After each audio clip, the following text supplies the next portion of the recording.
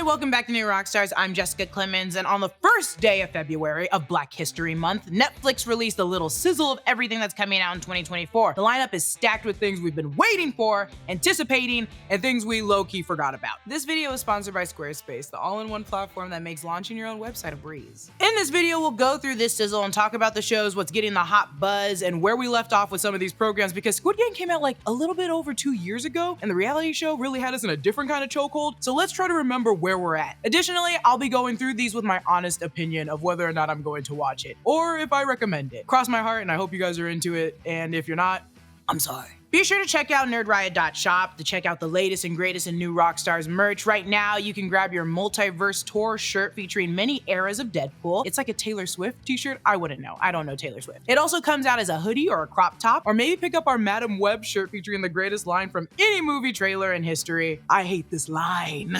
Grabbing some merch from nerdriot.shop is the best way to support the channel and all the work we do here for you at New Rockstars, and how I get to tell you what you should be watching in 2024. So let's get into it. The series and film preview opens with Atlas, and just like you, I didn't know what this movie was either. A science fiction thriller directed by the man who did Journey 2, Rampage, and San Andreas, so clearly it's like The Rock's best friend. Starring J-Lo, who is, J-Lo, sometimes she's Ashanti, Simu Liu from Shang-Chi, and Sterling K. Brown, another Marvel beaut. We all love them. J-Lo is just also really making a comeback this year, which, okay, I guess. It follows Atlas, a military intelligence officer who has spent years pursuing intergalactic terrorist Harlan, who murdered her family. Things go south quickly when their ship is struck by missiles and she's forced to don an AI-driven mechanical armored suit. And I love sci-fi and futuristic worlds. This actually seems very interesting. And I think with that cast, it can be adventurous and chaotic. I'm just on the fence, and I'll be honest, it's because they put J-Lo in it. I'm sorry, but it does seem interesting. Next, we move on to The Diplomat. The first season left off on a cliffhanger that had the fans anticipating a second season, and it's starring Kerry Russell from The American. Y'all, we all need to be tuned into this. I don't watch many political dramas unless we talk in Scandal or The West Wing, and this show is created by the same person who did some work on The West Wing, so you know it's probably a good show. In The Diplomat, Ambassador Kate Weiler, Kerry Russell, arrives in London after a British aircraft carrier is blown up off the coast of Iran. Kate spends the whole first season of the drama making allies and some enemies while trying to figure out who's behind the attack. I'll be tuning in, speeding up, dropping down, dropping in. I'm watching this. This is gonna be a great show. Next preview is Black Doves. This is a spy thriller starring Keira Knightley. Once you say Keira Knightley, I'm sad. I sit down, I shut up, and I listen real quick. This is a 6-part series set in London at Christmas time following the mother, wife, and professional spy, Knightley, who's been giving secrets up on her political husband, and when her secret lover is assassinated, she embarks on a new mission of who did it. I'm a little burnt out on spy things, but doesn't mean this isn't gonna be good. The show is created by Joe Barton, who did The Lazarus Project, and I like that. I don't know, I think I might be missing this one because there's just so much coming out, but I do love Keira Knightley. I'm just a little burnt out on spy stuff. Then we have a new movie starring Cameron Diaz and Jamie Foxx back in action. Years after giving up life as CIA spies to start a family, Emily and Matt find themselves dragged back into the world of espionage when their cover is blown. This is directed and written by Seth Gordon, who directed Horrible Bosses. This also stars Glenn Close. Did I say I was burnt out on spy things? Because I'm back in it. I'm back in action.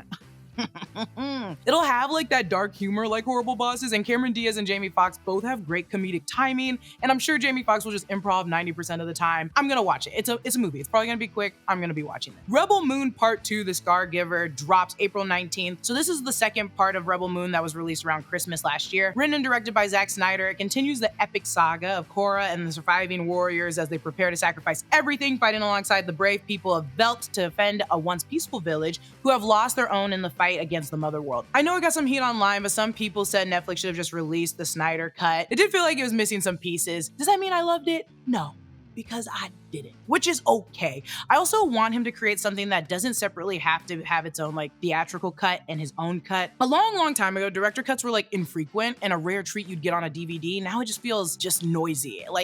Anytime we say director's cut, the only thing that comes to my mind is the Snyder cut, and I don't want that. I want it to be other things. Snyder fans can't come at me, because I stand by Sucker Punch, and that is probably his worst thing. Give me a second one, I will star in it. Griselda, that released this year, starring Sofia Vergara. The biographical crime drama is inspired by the Griselda Blanco, a woman who created a huge career in the cartel as a drug lord. It has the same vibe as Narcos and Painkiller because it uses a lot of the same team behind it. I watched this and it is very violent and aggressive, and I've never seen Sofia Vergara play a role like that. I didn't know much of Griselda Blanco, and I'd recommend looking into her before watching the series and also looking into the series itself. If you like violent cartel-like dramas, I'd recommend it. It's 6 episodes, an hour long each, but trigger warning because there's a lot of stuff that happens in this that's horrible to watch. For the newer generation, as Netflix says, we have Outer Banks. It's new season. It's releasing season season 4 of this show. I did not even know they got to season 4. Another Netflix returning favorite, Outer Banks, is a coming-of-age story that essentially follows a group of teens on an island that search for treasure that the main character's dad disappeared looking for, allegedly. It's filled with teen angst drama and loads of suspense because there's a lot of lying, deception, and love going around. If you're like me and you like watching like teen dramas and angsty stuff, you're probably gonna find this frustrating. I'll be honest, I was very irritated with their dumb decisions, but I love the first season. It's a delight. The Union, premiering August 16, 2024, is an upcoming American action thriller starring Mark Wahlberg and Halle Berry. Mike, played by Mark Wahlberg, a down-to-earth construction worker from New Jersey, is quickly thrust into the world of super spies and secret agents when his high school ex-girlfriend, Roxanne, Halle Berry, recruits him for a high-stakes U.S. intelligence mission. I thought this was a comedy.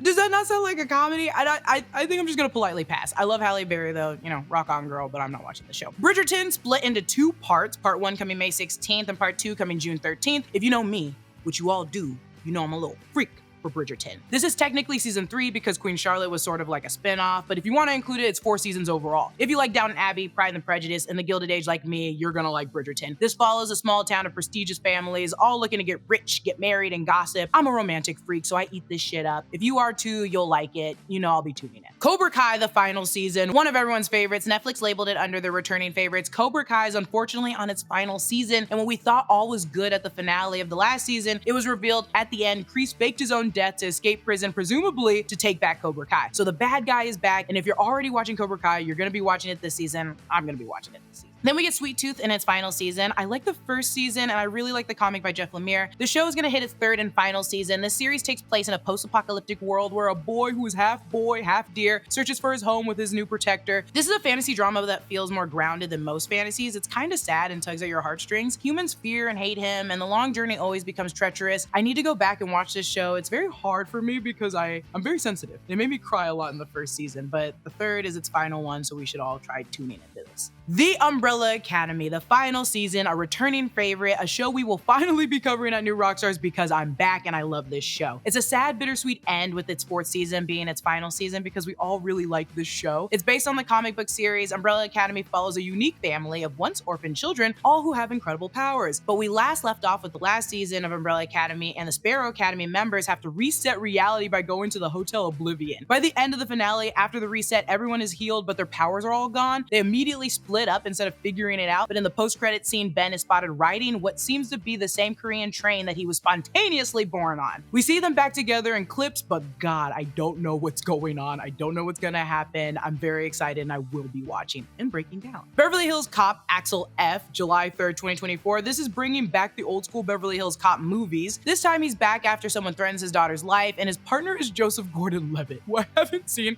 in a long time and such a weird person to pair him up with. Billy Rosewood and John Taggart are returning. Kevin Bacon is also listed under the key cast.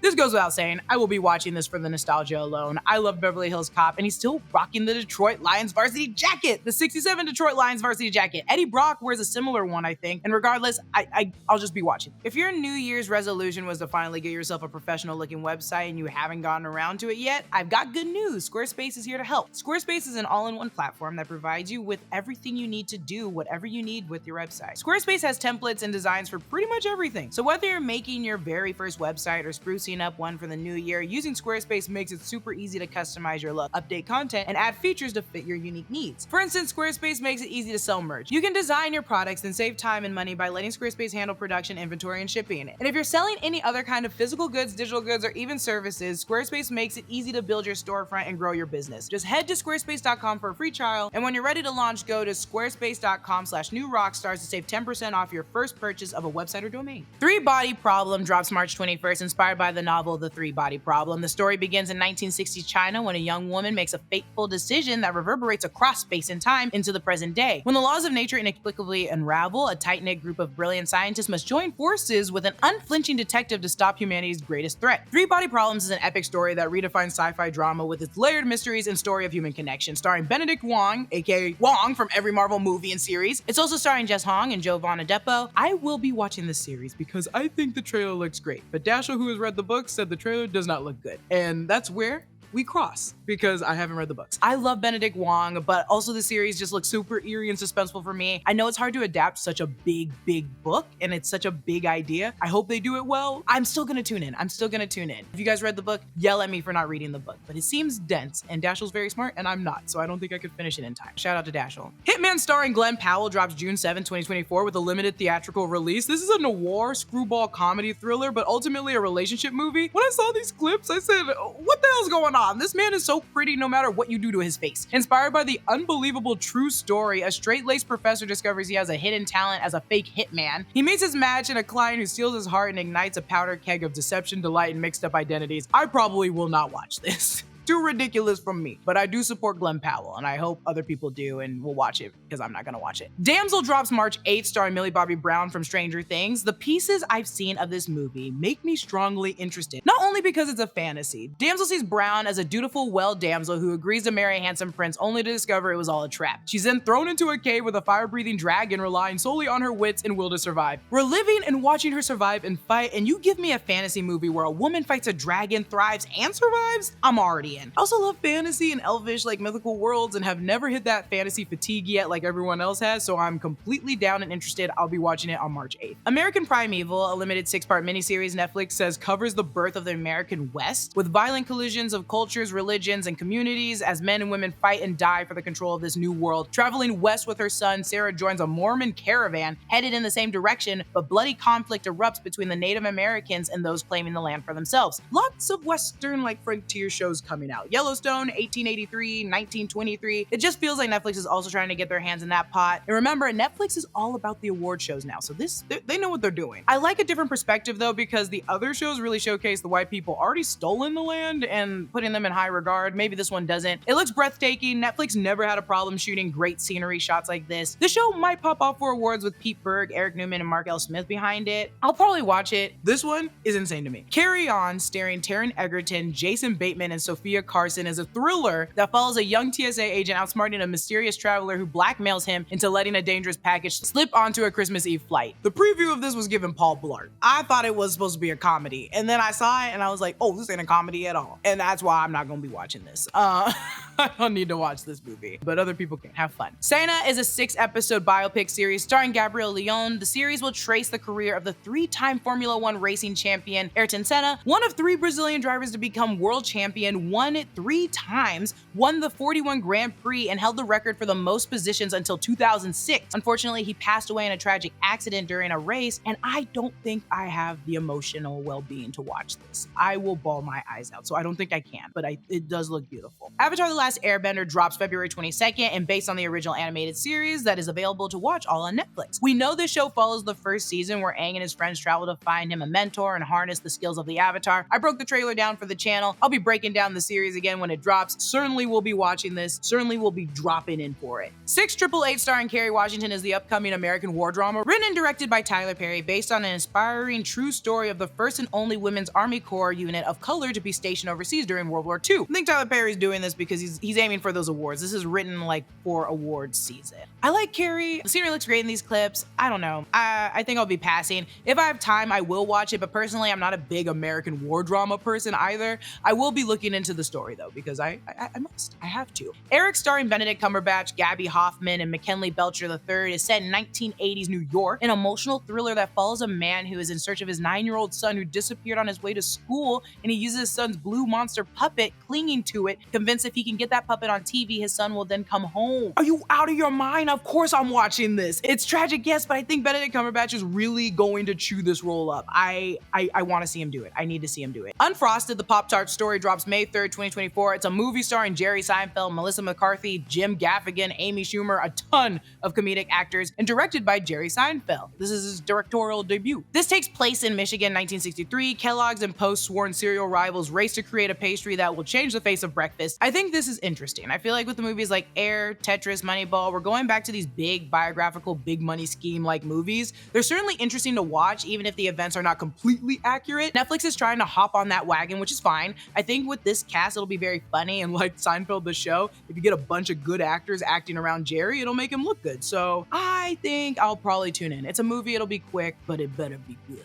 Formula One Drive to Survive has a new season. This is season 6. This is Dashiell's favorite show. It drops February 23rd. I will say, you don't need to know much about F1 to watch this show, and it's still entertaining. It takes you behind the scenes to see how the driver is and how they prepare. James Gay Reese, who produced the Academy Award doc Senna, is still the EP on this show, and I don't think I'm gonna watch it because I'm very afraid of F1 Formula driving. It scares the crap out of me. It doesn't need my views. It has 6 seasons. It's doing great. The Night Agent, the new season, this is season 2, based on the novel by Matthew Cork. According to Netflix, The Night Agent is a sophisticated character-based action thriller centering on a low-level FBI agent who works in the basement of the White House, manning a phone that never rings until the night that it does, propelling him into a fast-moving and dangerous conspiracy that ultimately leads all the way to the Oval Office. A mole in the Oval Office. I haven't seen this show, but it sounds super fun. If I have time to watch 10 episodes about an hour apiece, I will. I like the idea of just a mole in the White House and just like trying to figure that out. Political drama, maybe it is winning me back over. Love is Blind season 6 premiering weekly on Valentine's Day. This show is a Netflix favorite. Everyone loves it, about singles who are looking for love sometimes and most of the time in all the wrong places. This show brings me too much anger to watch it. Some of the men on this show piss me off, so I'm not gonna be watching this show, but you guys can watch it. It doesn't need me watching it. It has a bunch of seasons. Netflix is a joke fest from May 2nd to May 12th. The preview gives us older clips from other specials like Don Wang and Gabriel Iglesias' older special. So I think this is just like